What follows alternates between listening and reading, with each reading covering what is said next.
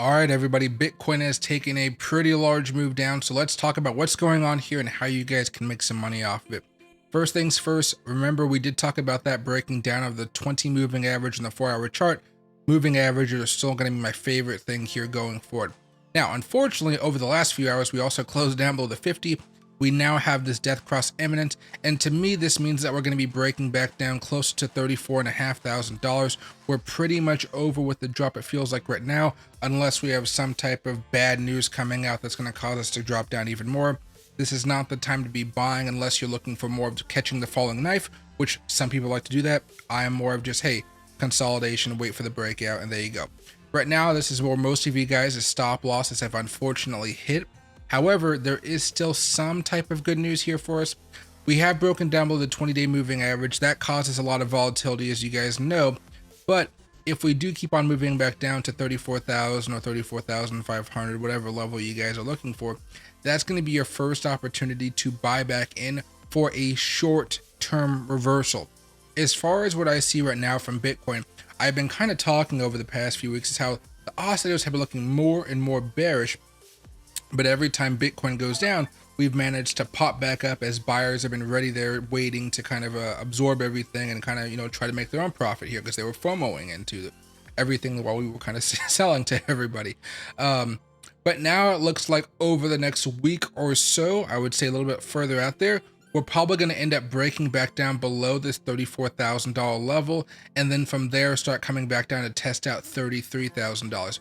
That's where I would be more inclined to buy for something of a longer swing trade, which in case you guys are wondering, I might be holding for maybe 1 to 3 weeks from there. But I would still have to have a pretty hefty stop loss, okay?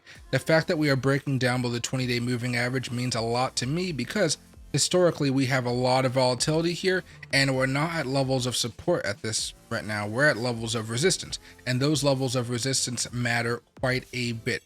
So this means going into the next few months, we are going to be looking at something more of a death cross between the 20 and the 50 on the daily chart. We don't really have to worry about that, I don't think, until like the end of November, but it is going to be coming. So I want you guys just to be aware of that. There's going to be a lot more volatility incoming on the bearish side. Doesn't mean you guys can't buy and trade and have some fun, but the fact that we're having such a large move down today and breaking down below the 20-day moving average, it's the breaking down of the moving average which causes me the most concern. Plus, all the bearish oscillators that we've been talking about. I would hold off on buying for quite a while here, a couple weeks, if you guys are looking for some longer term trades. But if you guys are looking for day trades, you're going to be getting a lot of them over the next like 2 to 3 days. Have fun with them, but just make sure you guys have your stop losses. And remember, when I talked about this and I said, hey, if Bitcoin has a big drop, it's not going to be the end of the world when we come back down here, forecasted, but I guess I was forecasting this maybe sometime next week and not this week. What happens? Altcoins come down a lot. So I am officially all out of all of my short-term swing trade positions when it comes to altcoins. Every single one of them, except for maybe AVAX, is open right now, but I think even my AVAX hit a while ago as well, okay? So here's what's going on. Ethereum coming back down, breaking down below support. ADA breaking back down below this support over here, coming back down to the 20. Dogecoin, same thing. So nothing is exempt from this. XRP had a false news event yesterday, so it kind of got a messed up wrap here. But everything is coming back down. I would not be buying into a lot of altcoins for the foreseeable future if you're looking for those 3 to 4 week holds. This is more of a day trader's market, even with things like Ape Token. You'll see the plays here. And one other thing, Bitcoin, as far as I know, is going to be bearish probably for the next few weeks, like I just said. But remember, we talked about all those oscillators here, all those bearish signals.